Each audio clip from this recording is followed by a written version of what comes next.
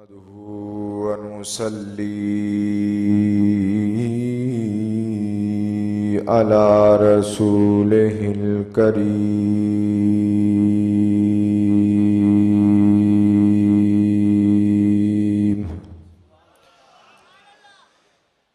أما بعد فأعوذ بالله من الشيطان الرجيم.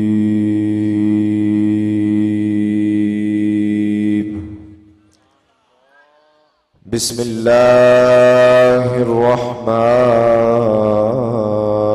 الرحيم.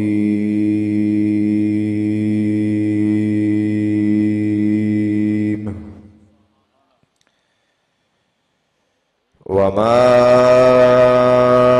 أرسلناك إلا رحمة للعالمين.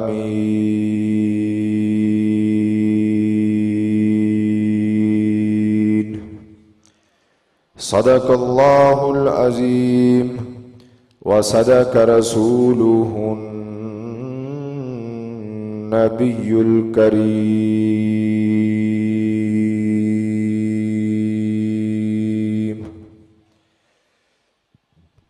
اللہ وحدہ لا شریک کی بے شمار لامحدود حمد و ثنا کے بعد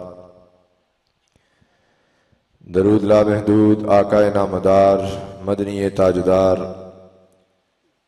انبیاء کے شہریار مرسلین کے شہسوار محبوب خدا میرے اور آپ کے آقا جناب حضرت محمد مصطفیٰ صلی اللہ علیہ وآلہ وسلم کی ذات بابرکات پر سب احباب بلند آواز سے درود و سلام کا نذرانہ پیش کریں. الصلاۃ والسلام علیک یا سیدی یا رسول اللہ. بلند آواز نہ پڑھو، اونچی آواز نہ پڑھو.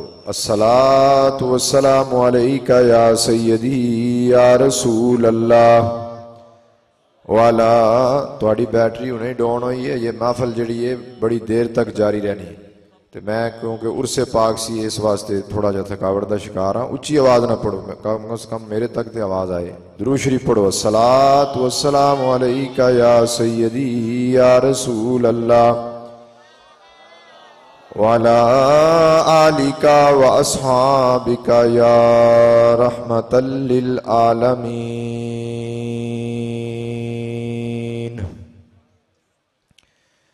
آج کی یہ پروقار پرنور پرکیف محفل میلاد مصطفیٰ صلی اللہ علیہ وآلہ وسلم کے عنوان سے ہر سال کی طرح اس سال بھی سجائی گئی ہے. رب العالمین سے دعا ہے کہ ہم سب کو اس بابرکت محفل کی رحمتیں اور برکتیں سمیٹنے کی توفیق عطا فرمائے. رب العالمین نے نبیوں اور رسولوں کو اس لیے مبعوث فرمایا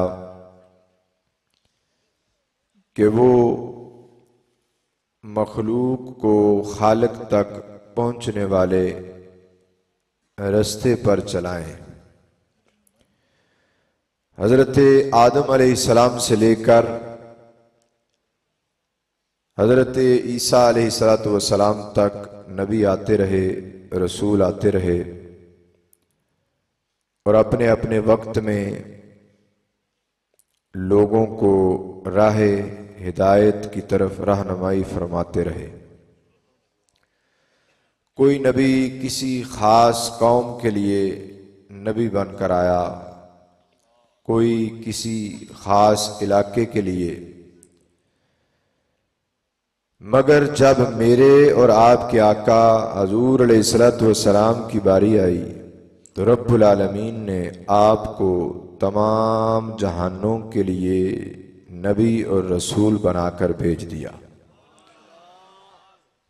رب العالمین نے ارشاد فرمایا وَمَا أَرْسَلْنَاكَ إِلَّا رَحْمَةً لِلْعَالَمِينَ.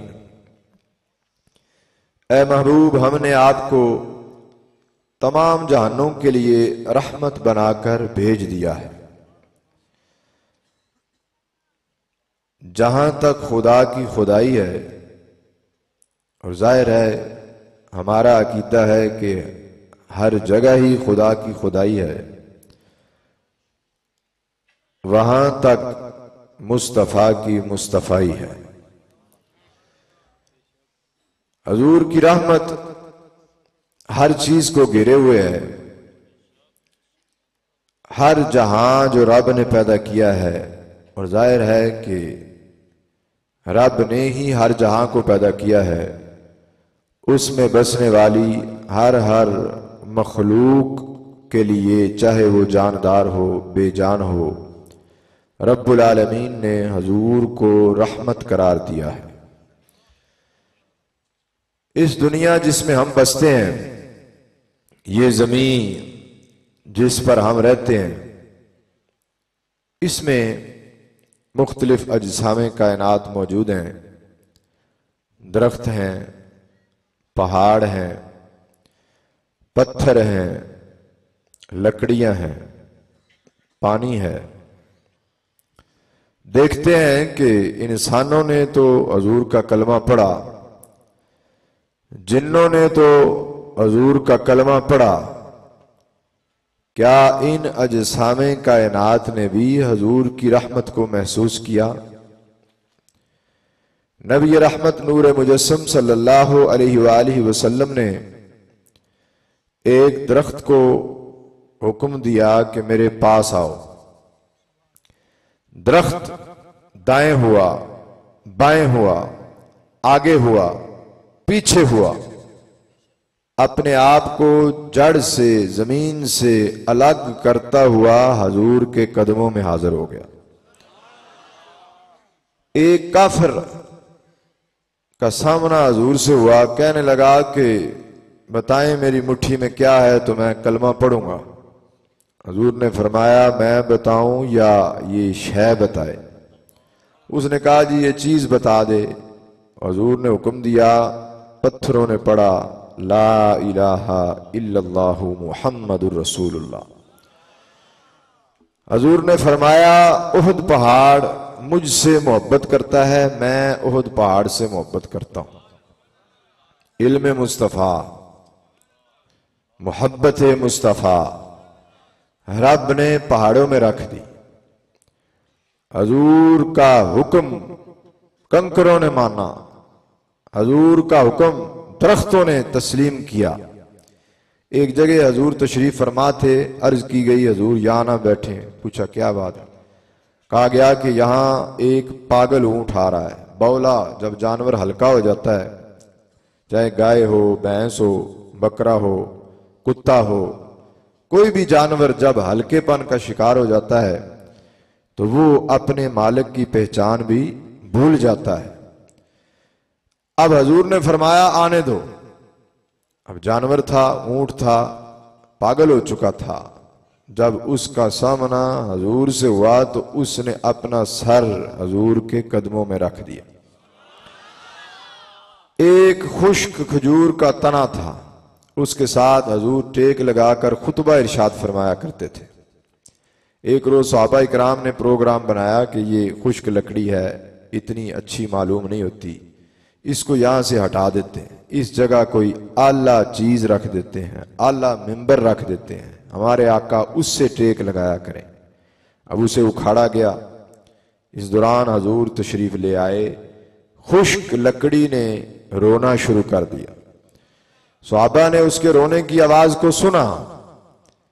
یہ سماعت مصطفیٰ کریم صلی اللہ علیہ وآلہ وسلم، حضور کے صحابہ کی سماعت، یہ ہے نسبت مصطفیٰ۔ اب وہ رو رہی ہے، کون؟ لکڑی۔ لکڑیاں روتی ہیں، کبھی آپ نے آواز سنی ہو؟ ہم لکڑی کی آواز سن سکتے نہیں، مگر حضور سن سکتے ہیں۔ پوچھا کیا ہوا ہے؟ عرض کی مجھ سے آپ کی جدائی برداشت نہیں ہو سکے گی۔ لکڑی حضور سے محبت کرتی تھی۔ حضور نے فرمایا اس کو ادھر دفن کر دو، جب میں اپنے گھر سے نکلوں اور مسجد میں آؤں تو رستے میں اسے دفن کر دو تاکہ روز محشر تک اسے میرا قرب نصیب ہو جائے۔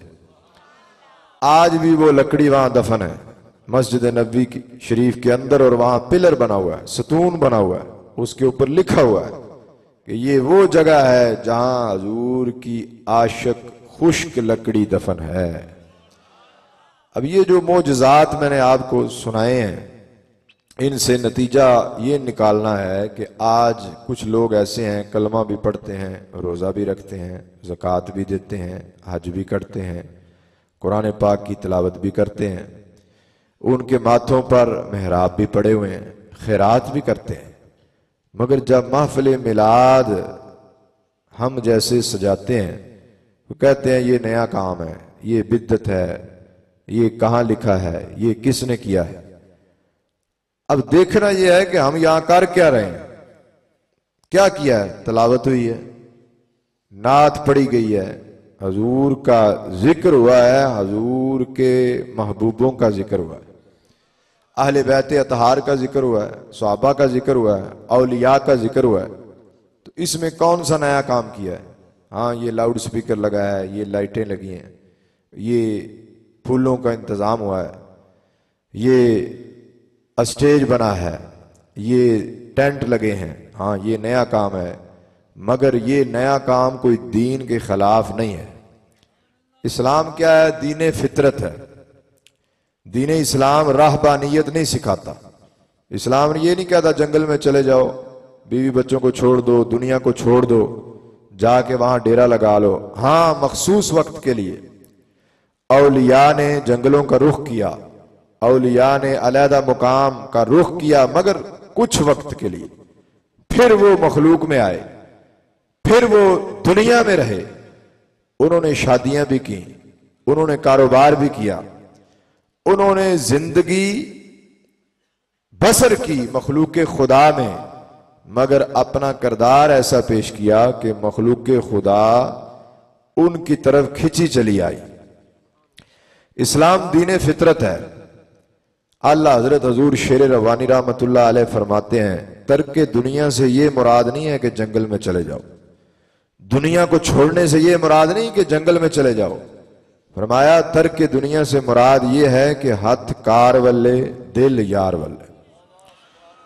کار سے مراد کام ہے کہ ہاتھ تمہارا کام کی طرف ہو، یعنی تم دکاندار ہو، تم کہیں نوکری کرتے ہو، تم مزدوری کرتے ہو، تم کاروبار کرتے ہو، تم وہ کام کرو، مگر دل تمہارا جو ہے وہ رب اور رب کے حبیب کی یاد سے غافل نہ ہو۔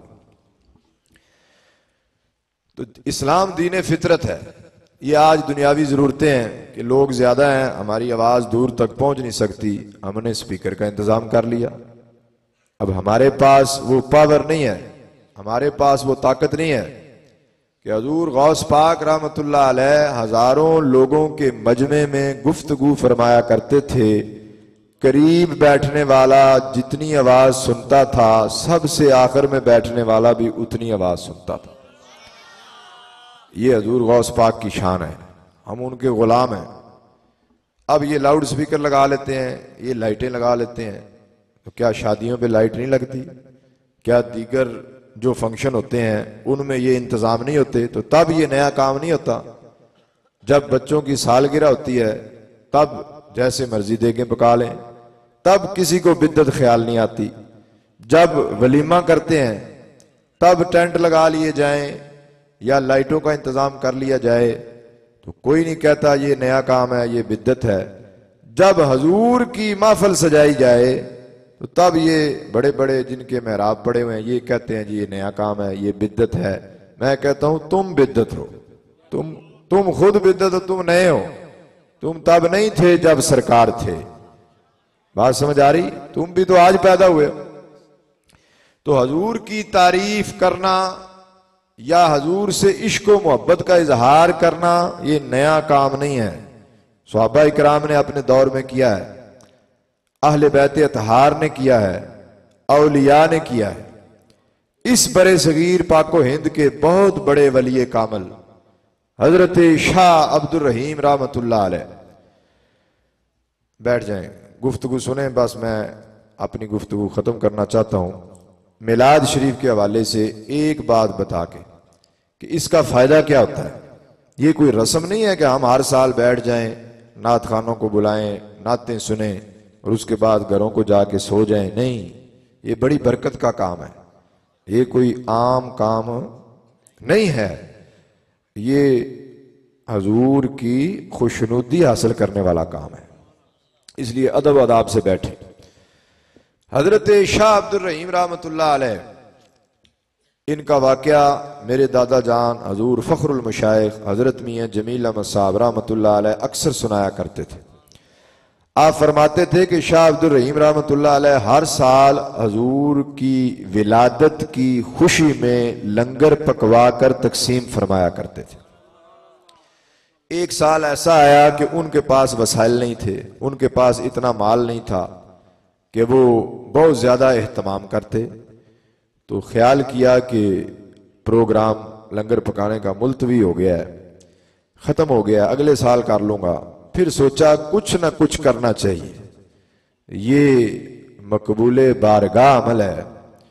چنے میسر آئے، چنے بنے ہوئے چنے چند روپوں کے لیے اور مخلوق خدا میں تقسیم کر دیے. حضور کی ولادت کی خوشی میں آج ہم بیٹھے ہیں، حضور کی ولادت کی خوشی میں، حضور کی آمد کی خوشی میں. اب جب تقسیم کر دیے تو رات کو سو گئے تو حضور کی زیارت نصیب ہو گئی. اللہ حضرت حضور میاں صاحب فرماتے ہیں کہ ہمارے آقا علیہ الصلوۃ والسلام آج بھی اپنے روضہ اطہر کے اندر زندہ ہیں اور زمین و ملکوت کے اطراف میں آج بھی جہاں چاہتے ہیں سیر فرماتے ہیں. رب العالمین کسی برگزیدہ بندے پر کرم فرماتا ہے تو درمیان سے عارضی حجاب دور کر دیتا ہے اور اسے آج بھی حضور کی زیارت کا شرف عطا فرماتا ہے. یہ حضور میاں صاحب کا عقیدہ ہے، اعلیٰ حضرت شیر ربانی کا عقیدہ ہے رحمت اللہ علیہ. اب خواب میں حضور کی زیارت ہو گئی. حضرت شاہ عبد الرحیم رحمت اللہ علیہ نے حضور کو دیکھا، حضور کے سامنے چنے پڑے ہوئے ہیں اور حضور تبسم فرما رہے ہیں، خوش ہو رہے ہیں، راضی ہو رہے ہیں. پتہ چلا کہ حضور کی ولادت کی یا آمد کی خوشی میں لنگر پکا کے تقسیم کرنا حضور کو پسند ہے. جن کو رب یہ توفیق دیتا ہے ان سے حضور راضی ہیں، اس لیے رب انہیں یہ توفیق دیتا ہے. تو ہم اپنی قسمت پر کیوں نہ ناز کریں کہ رب العالمین نے اپنی مخلوق میں سے آج ہمیں چن لیا ہے کہ ہم مل بیٹھ کر حضور کی ولادت یا حضور کی آمد کا تذکرہ کر رہے ہیں یا حضور کا تذکرہ کر رہے ہیں. اسے ہی محفل میلاد کہا جاتا ہے. اللہ وحدہ لا شریک ہم سب کو عمل کی توفیق عطا فرمائے، اور جس طرح ہم اپنی زبانوں سے حضور سے محبت کا دعویٰ کرتے ہیں، حضور کی محبت کو اپنے وجود پر نافذ کرنے کی توفیق عطا فرمائے اور حضور کی سنت کے مطابق زندگی کے لمحات گزارنے کی توفیق. اللہ وحدہ کی رحمت ہم سب کے شامل حال ہو. وما علینا الا البلاغ.